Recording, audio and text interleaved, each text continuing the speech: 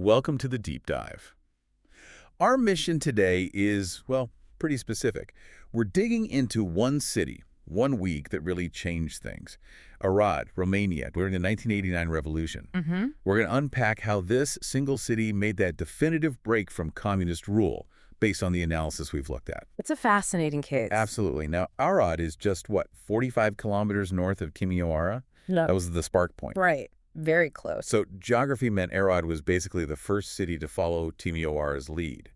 But the sources show its path wasn't straightforward at all. No, not at all. It had this distinct two-phase character. Yeah, exactly. A peaceful takeover, then followed by days of just bloody confusion. Yeah. It makes Arad's story really unique. Definitely. And to get Arad, you really have to understand that the ground in Western Romania was, let's say, uniquely fertile for revolution. More so than other places. Well, yes, the general suffering was everywhere. The harsh regime, food shortages, the awful systematization, destroying villages. But here you had these external catalysts, accelerants, really. Things that weren't just local issues, but about information getting through. Yeah. Bypassing the state control. Exactly. Two things stand out. First, you had the open opposition of Pastor Laszlo Tőkés down in Timisoara, a real physical rallying point. Okay. But maybe the bigger game changer for people in Arad, was uncensored media, specifically Hungarian television. Ah, right. Because they could actually receive the signal there. Precisely. Unlike much of Romania, cities like Arad got Hungarian state TV pretty clearly. And in '89, their main news program, Panorama, aired reports that were just explosive. Like what? Well, one featured the former King Mihai era talking about his forced abdication back in '47, talking about proper leadership. Wow, okay. And another featured Pastor Tőkés himself, openly calling for action against, quote, those destroying the country. On state television from a neighboring country. Yes. So you combine that kind of critical content, coming officially from Hungary, with the nonstop messaging from Radio Free Europe.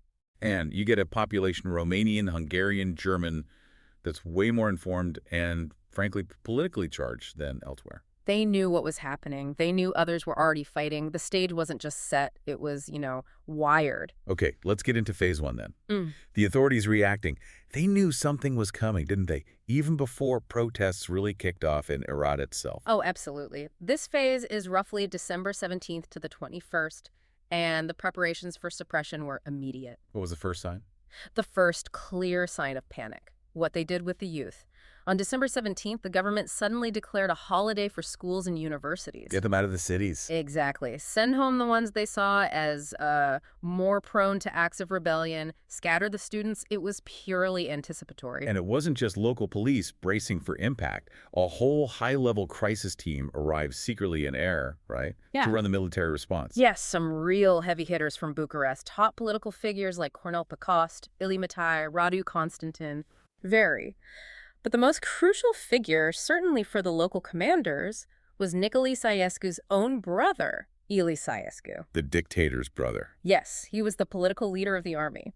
His presence wasn't just about oversight. It was a direct signal from the top. This region was a high-priority threat. So disobeying orders meant challenging the regime itself. Directly. Precisely. Defying Ilie Ceausescu wasn't like defying some local official. It was much bigger. So they adopted this unified cooperation plan on December 20th. Sounds ominous. It was. It laid out the structure. The executive committee members, Elena Pugna, the county first secretary, was key there. And crucially, it formalized the order already given on the 17th, allowing police and military to use live ammunition. They were authorized to shoot from the 17th, okay. Yes. But despite all that force gathering, the resistance started quietly. It did. On the morning of December 20th, anti-regime slogans appeared on buildings. They were painted over fast, but people saw them. Then later that afternoon, the first demonstrations were actually silent protests, almost like vigils against the massacres happening down in Timisoara. So solidarity first. Yes. But the real hinge moment for Arad comes December 21st. Ceausescu, desperate to show he was still in control after the disaster in Bucharest, ordered these mandatory meetings in all the factories. What, to condemn Timisoara? Exactly. Workers were supposed to gather and formally condemn the demonstrations. And that's where things shift from fear to defiance. Right there. Young workers at the industrial watchmaking enterprise led by this guy, Onofre Danila, just refused. Flat out refused to participate. Instead of condemning the revolution. They started their own. At 7 a.m., instead of going to the meeting, they started marching towards the county party committee building. That refusal was the spark in Arad. And they didn't just march straight there. No, and this is fascinating. They were smart. They took a deliberate detour, passed by huge factories like Strungel, the UTA textile factory. Inviting others to join. Effectively, yes. Calling out to tens of thousands of other workers. It was, smart coordination on the fly. The crowd just ballooned, several thousand strong by the time they reached City Hall Square. And the military was waiting. Ready for a fight? Oh, they were ready. A cordon of 250 armed soldiers, National Guard units, 28 Teebs, those big armored personnel carriers, plus other forces. It looked like a war zone setup. But the crowd didn't fight back with violence. No. Their response was entirely peaceful. Moral authority, really. They sang, "Wake up, Romanians," chanted anti-regime slogans, "Down with Ceausescu," and people were actually saying prayers together in groups. That contrast must have been stark. Tanks versus hymns. Profoundly stark. It created this massive dilemma for the soldiers, guns versus prayers. Did the officials try to talk them down? Elena Puna, the first secretary, tried. She came out, made promises, salary increases, more child benefits, the usual tactics. Too little, too late. Way too late. The crowd wasn't interested in bread anymore. They wanted freedom. They shouted her down. And leaders in the crowd, like the actor Valentin Voisila, were crucial in keeping things peaceful, keeping the focus on ending the regime, not on economics. So this peaceful phase peaks on December 22nd. Nearly 20,000 people now in the square. This has to be the breaking point. It absolutely is. Ilie Matei, the bigwig from Bucharest, gave the order, dispersed them, used tear gas. And here's the core insight. The army refused. They did not carry out the order. Wow. The army refused. That refusal, that breach in the chain of command, that visible shift in loyalty, that was the moment the regime lost Arad. The soldiers sided with the people. What happened then? Did the officials just give up? Well, the atmosphere changed completely. Priests arrived with the sound system, playing religious music, leading prayers. And then the revolutionaries started, actually socializing with the soldiers. Socializing? Yeah, bringing them sandwiches, hot tea, just treating them like fellow citizens, not occupiers. This human connection worked faster than any order. So the police commander, Mihai Koflica, seeing this, ordered his forces to withdraw. And the army units followed suit around 2 p.m. The square was theirs. Without a shot fired. Exactly, one peacefully. And just moments later, the news hits, Ceausescu has fled Bucharest. Pandemonium. Celebration. Both. Huge celebration, but also immediate action. Revolutionaries occupied the city hall, declared Arad a free city, and importantly, called for calm. And this takeover was organized. Remarkably so. Lawyer Toke Georgi, who was there, later described it as being done in a Germanic manner, meaning efficient, swift, organized. Wow. The political vacuum was filled almost instantly. The old guard just vanished, except for one guy, Jörg Fame. But basically, the peaceful revolution was complete. Power transferred. But then, phase 2, the story takes a dark turn. A very dark, tragic turn. Suddenly, from December 22nd to the 25th, you get 4 days of intense military clashes. Where did this come from? The takeover was peaceful. It was triggered by the arrival of 2 very high-ranking Securitate generals, Constantin Nunian and Mihaila Velisu. Securitate. Ceausescu's secret police.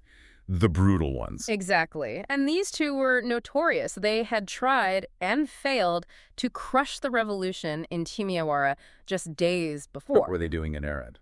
Bad luck, really. Bad weather forced their plane, fleeing Bucharest, to land in Arad. They came with specialized soldiers from the anti-terrorist brigade, the USLA. So they landed in a city that had just freed itself. Right. They assumed it was still under control, but they couldn't reach their usual contacts, high-ranking police officials. That made them paranoid. They suspected a trap. Meanwhile, in the city hall. The revolutionaries were hearing reports of gunfire, Securitate convoys moving. Panic started to set in. They began distributing weapons to defend the city hall. So paranoia on both sides. Completely, and it spiraled fast. The Securitate soldiers, likely acting on the general's paranoia or orders, initiated firefights near the hotel park, near City Hall, and out at the airport. Against who? The army.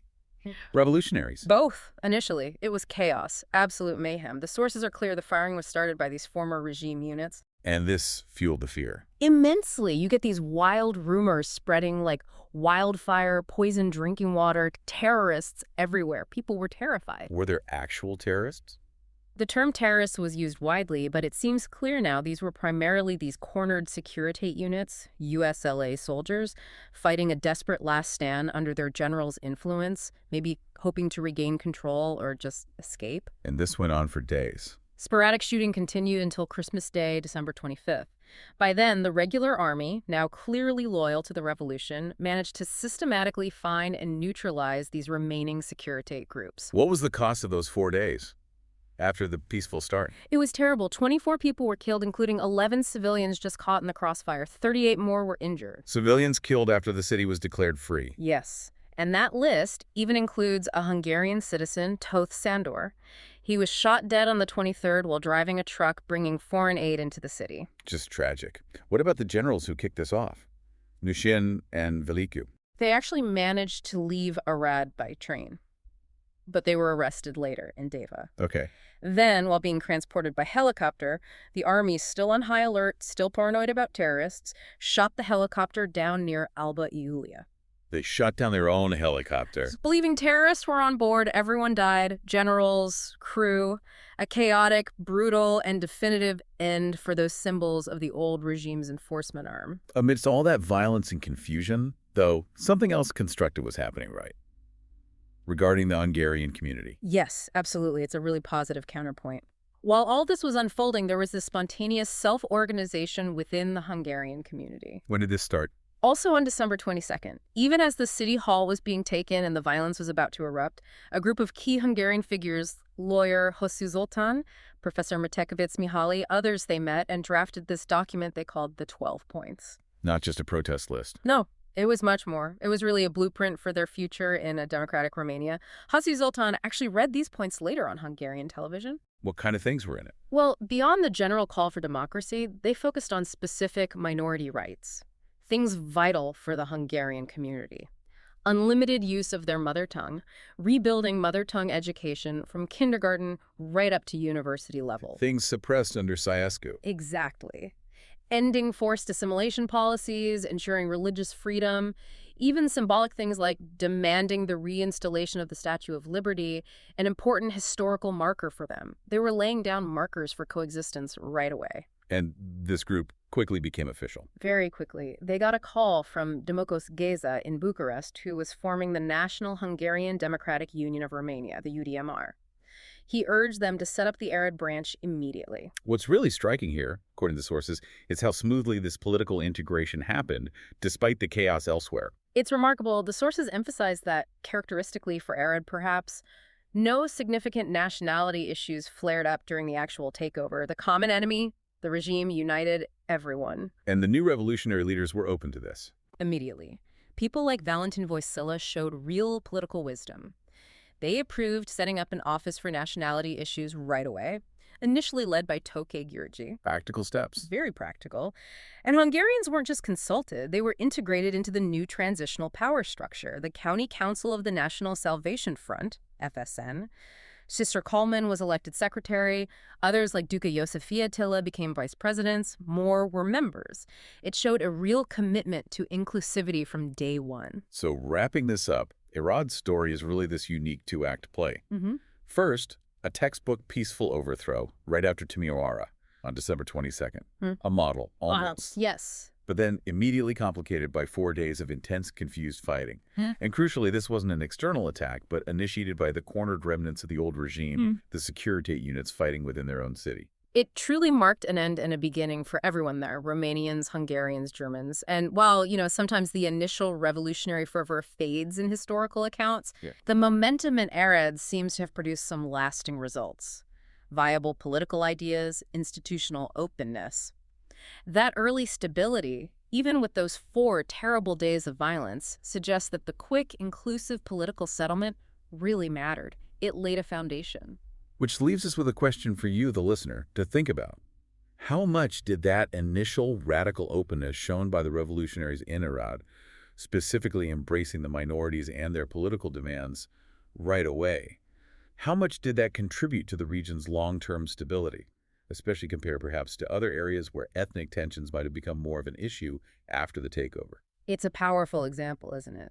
Building a foundation on inclusion versus division, even in the midst of chaos. Definitely something to consider.